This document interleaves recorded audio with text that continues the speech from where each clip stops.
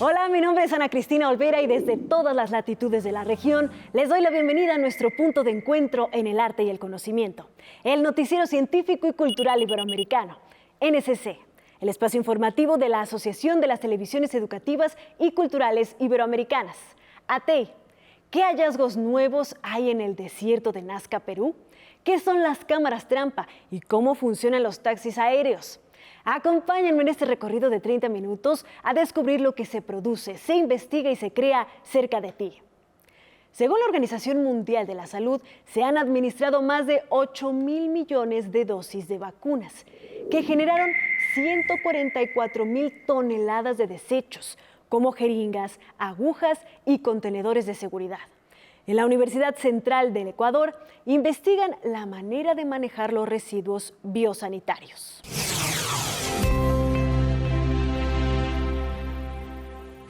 Soy Carolina Montero, docente investigadora de la Facultad de Ingeniería Química de la Universidad Central del Ecuador.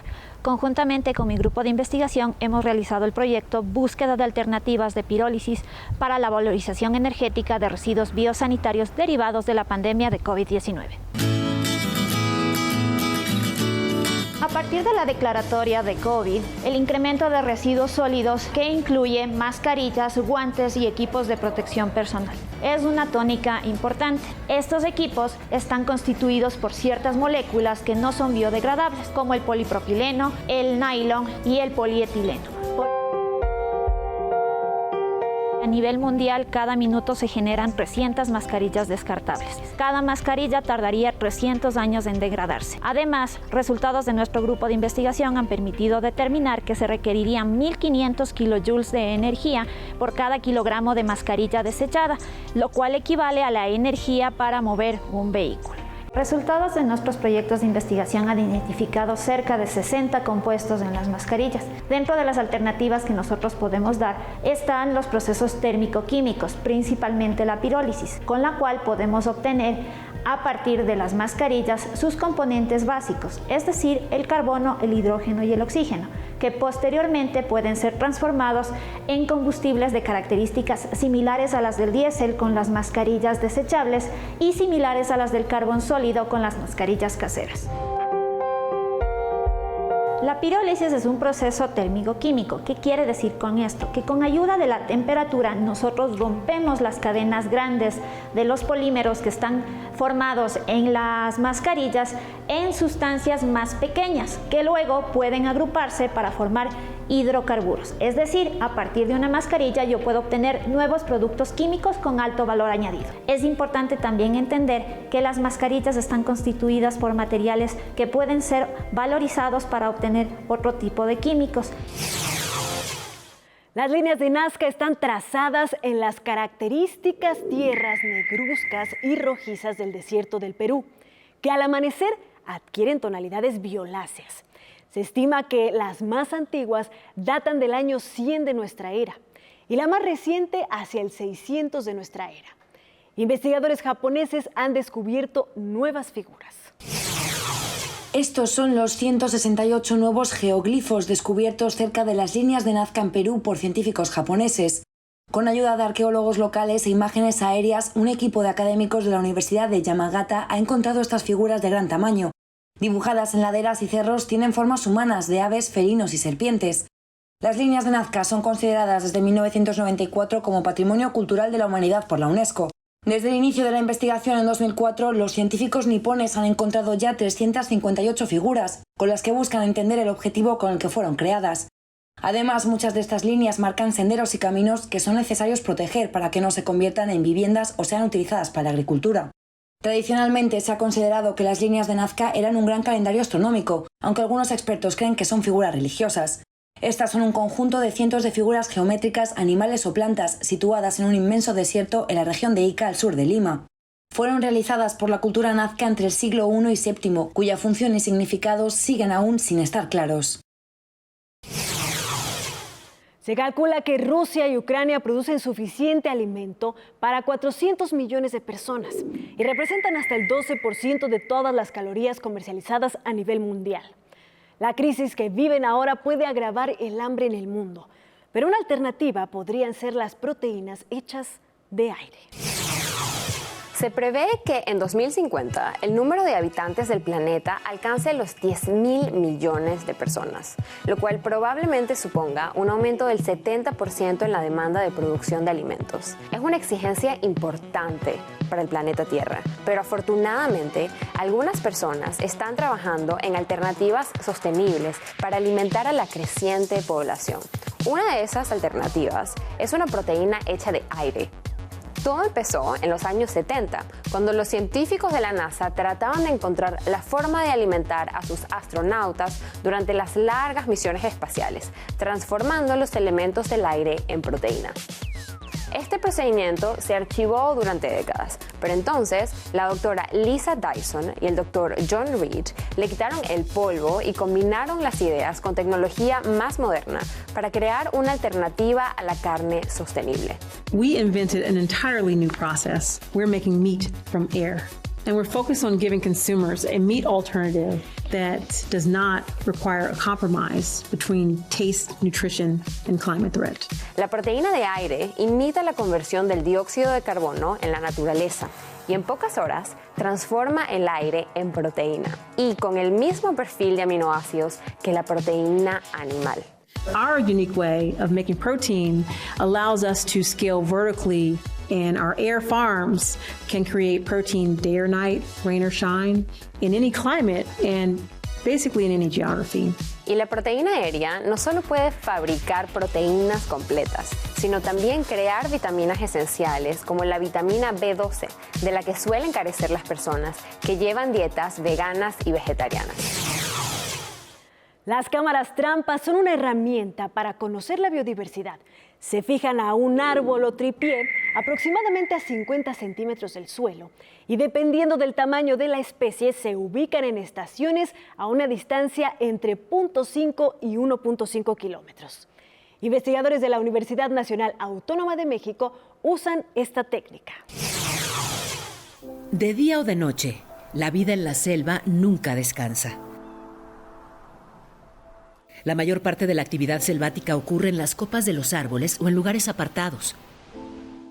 Por estos senderos, los animales buscan alimento y agua, socializan, buscan pareja o cuidan de sus crías. Cada uno de sus habitantes tiene un papel fundamental en la dinámica de este ecosistema. Se trata de un delicado equilibrio capaz de alterarse con facilidad. Por mucho tiempo las actividades de los animales en su ambiente habían representado un misterio.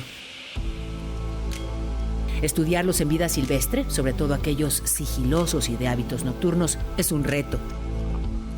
Nuestra sola presencia es para ellos un peligro y factor de estrés. Sin embargo, hay herramientas que ayudan a los investigadores a monitorear la presencia, movimiento y comportamiento de los organismos silvestres. Las fototrampas. Con ellas, es posible obtener fotografías o videos de animales en su vida cotidiana. Poseen un sensor de movimiento que activa la cámara cuando algo está pasando frente a su campo de visión. De día o de noche, estas cámaras son nuestra ventana a eventos que muy difícilmente podríamos atestiguar, permitiéndonos conocer mejor las interacciones entre los animales en su ambiente. Entre los grupos de investigación que trabajan con esta técnica, se encuentra el doctor José Juan Flores Martínez, quien realiza monitoreo de mamíferos en la Estación Biológica de los Tuxtlas del Instituto de Biología de la UNAM en Veracruz. además de la bióloga Paulina Arroyo Gerala, egresada de la Facultad de Ciencias de la UNAM y miembro de la ONG Natura Mexicana, quien estudia a estos individuos en la selva lacandona en Chiapas. Estas imágenes les permiten estimar abundancia, distribución y densidad de muchas especies, especialmente las que están amenazadas. Esta información es fundamental para el desarrollo de planes de conservación.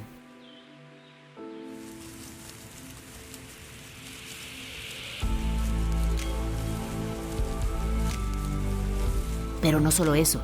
También despiertan el asombro y la curiosidad de los pobladores de las comunidades cercanas en programas de educación ambiental, promoviendo la valoración y conservación de la biodiversidad. Esfuerzos que deben encaminarse a que estas imágenes sean una herramienta científica y no un recuerdo de especies extintas. Nuestro futuro depende de la naturaleza. Está usted viendo NSC. Lo invitamos a que se sume a nuestros canales de WhatsApp y Telegram.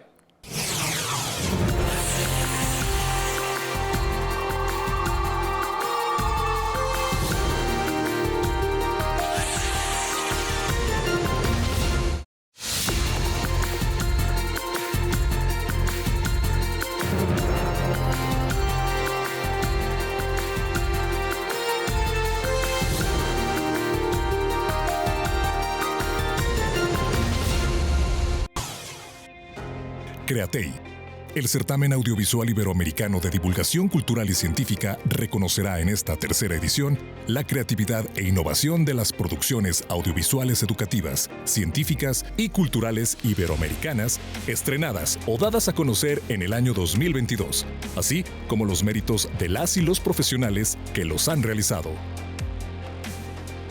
La participación es gratuita y los relatos premiados tendrán una dotación económica.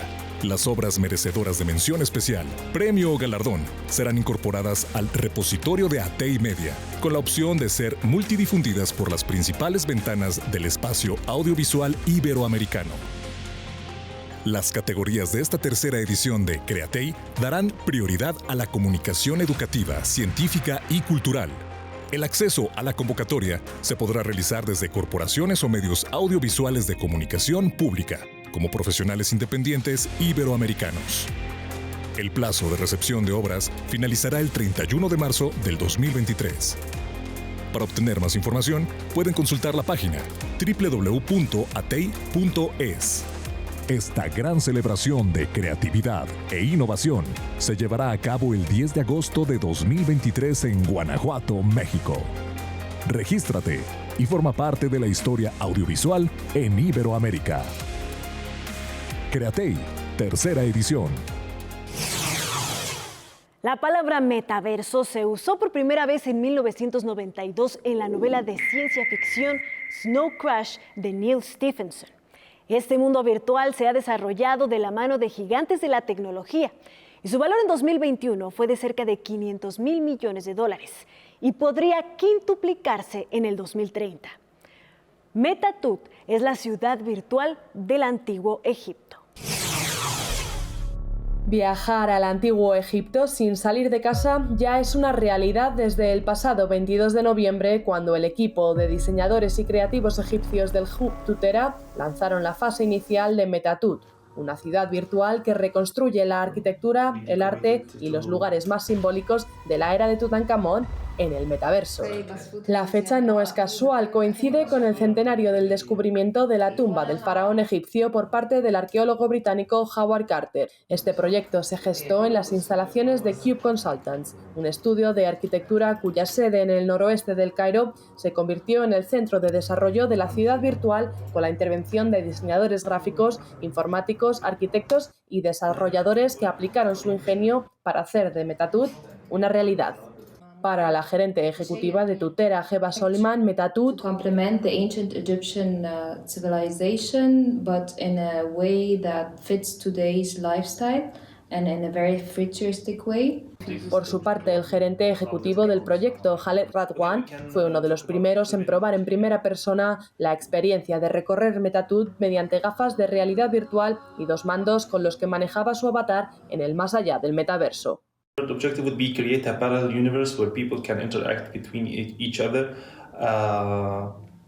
They can attend multiple events online, they can rent, buy or lease spaces. Desde Tutera insisten en la revolución de Metatud para centros educativos, para museos y para festivales, además de definirlo como espacio de encuentro y reuniones. Según la encuesta global de consumidores de Statista, la tasa de penetración de los libros electrónicos a nivel mundial es especialmente elevada en China.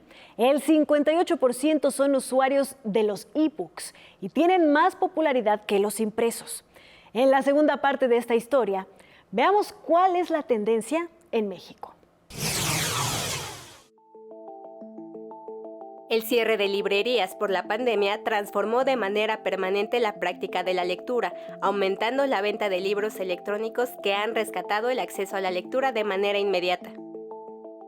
Sí hemos observado, y como repito, en nuestro ámbito, que hay más demanda de libro electrónico. Sobre todo durante la pandemia, esto se incrementó considerablemente por pues el confinamiento. Le facilitó a las comunidades el acceso al conocimiento, a la información a través del libro electrónico. Entonces sí tuvimos un incremento, pero ya venía el incremento, pero sí se intensificó durante la pandemia.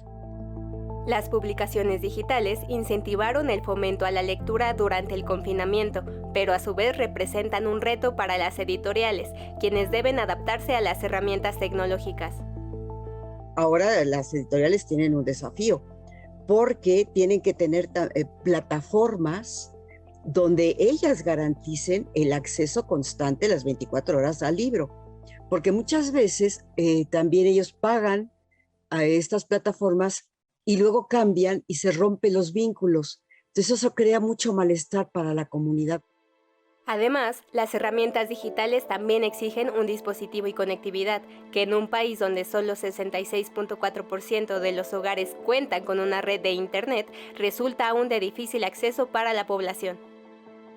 Que el libro electrónico también facilita pues, un alcance mayor, porque mucha comunidad lee en el celular, que también eso ha generado cierto malestar en la lectura.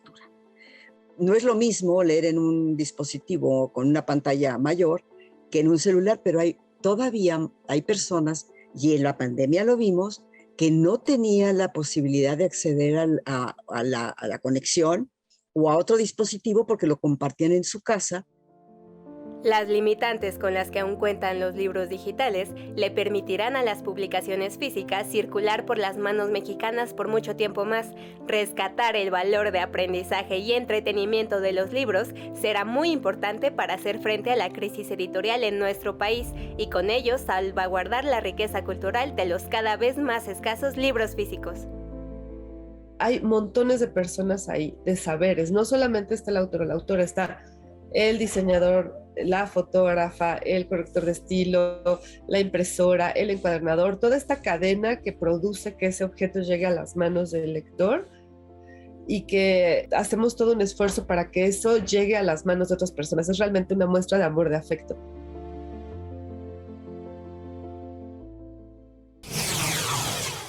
En Rabat, capital de Marruecos, se inauguró el Museo Nacional de la Joyería, en el Jardín Andaluz de la histórica Casbah de los Oudayas, catalogada como Patrimonio de la Humanidad por la UNESCO, y que colinda con la Medina de Rabat, construida en el siglo XI por los almorávides. Marruecos abrió este lunes su primer museo de la historia de la joyería y los caftanes del país en Rabat. El museo está dividido en diferentes secciones con salas destinadas a ornamentos prehistóricos, otras salas que exponen la evolución de las joyas, joyería masculina y arreos, caftanes masculinos y femeninos, además de los ornamentos bereberes. Algunas de las joyas expuestas son urbanas, principalmente realizadas con oro o plata bañada en oro y fabricadas en Rabat, Fez, Marrakech, Tetuán o Tánger. El museo también expone joyas rurales, una variedad realizada exclusivamente en plata, joyas realizadas con técnicas de nielado, filigrana o con un proceso de calado. Los ornamentos masculinos se componen generalmente de cinturones, fusiles, espadas o dagas, en los que se distingue entre los que son puramente ornamentales y los de uso diario. El museo, que recibió cerca de 3.000 visitas el domingo, fue inaugurado oficialmente el sábado por la princesa Laia Hasnae, hermana del rey Mohamed VI. A los condimentos que se usaban en la antigua China para conservar los alimentos y mejorar su sabor se les conocía como jiang. Uno de ellos llegó a Japón en el siglo VIII y fue evolucionando hasta convertirse en lo que conocemos como la salsa de soya. Una fábrica de esta está buscando darle vida a un pequeño pueblo de Japón. Una centenaria fábrica de salsa de soja busca revitalizar un pueblo japonés que no supera los 30.000 habitantes y cuya población está condenada a emigrar a Tokio, Kioto u Osaka. Hiroyuki Kimura dejó la gran ciudad en la que vivía y se mudó a una pequeña localidad al oeste de Japón para sacar adelante esta centenaria fábrica de soja. De esta forma continuó con el legado que su abuelo tuvo que abandonar tras la Segunda Guerra Mundial. Kimura cuenta que esta fábrica se fundó en 1689, pero cerró hacia 1949, cuando la soja y el trigo se consumían como alimento. Este hombre recogió el delantal de su abuelo guardado en un cajón y se puso manos a la obra con la producción de soja, para lo que tuvo que estudiar los más de 1.000 documentos antiguos que encontró en las instalaciones de la fábrica. Y es que una de las particularidades de esta salsa es que no está pasteurizada, un proceso que es habitual en el resto de salsas de soja, algo ideal para comer en crudo, en salsas o con sashimi. Además, Kimura decidió acompañar el proyecto con la apertura de un restaurante y un hotel en las instalaciones, para que así comensales y huéspedes puedan no solo aprender sobre la producción de salsa de soja, sino también para saborearla. Gracias por habernos acompañado en este viaje informativo del Noticiero Científico y Cultural Iberoamericano, NSC. Este espacio de encuentro no sería posible sin la colaboración y plataformas de los socios de ATEI y las agencias informativas AFP, EFE, Xinhua, Notimex, Euronews y la Deutsche Welle. Si quieres saber más, podemos estar comunicados a través de la web en noticiasnsc.com y las redes sociales. Nos encuentras como @NSC Iberoamérica, en Twitter, Facebook, Instagram y Dailymotion. Yo soy Ana Cristina Olvera y los espero en una próxima emisión.